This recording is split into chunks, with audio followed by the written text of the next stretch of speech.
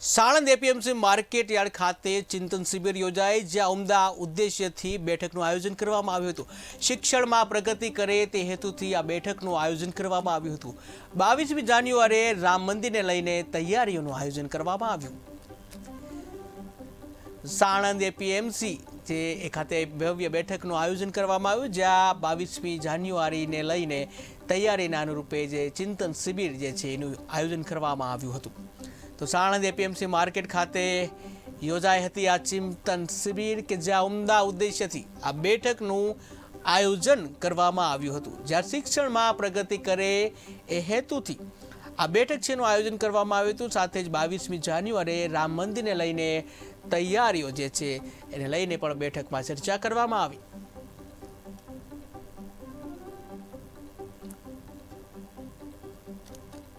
સમન્વય પરિવાર વાલ્મીકી સમાજ ગુજરાતની અંદર ફરજી જવાબદારી સમાવી પ્રમુખની ગુજરાતમાં સમગ્ર વાલ્મીકી સમાજ સમન્વય પરિવાર દ્વારા એક ચિંતન શિબિરનું આયોજન કરવામાં આવ્યું હતું।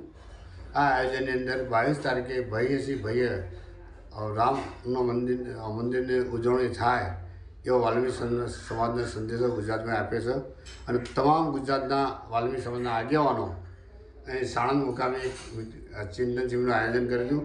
તમામ 150-200 માણસો હાજર રહેલા અને એના ચિંતન શિબિરની અંદર સમાજની પ્રગતિ કઈ રીતે થાય, સમાજનું ઉત્થાન કઈ રીતે થાય, શિક્ષણ કઈ રીતે આગળ આવે, વ્યસનથી મુક્ત કઈ રીતે થાય, કુરિવાજો કઈ રીતે થાય, એનું ખૂબ ઊંડાણપૂર્વક ચિંતન કરેલું તમામ સમાજના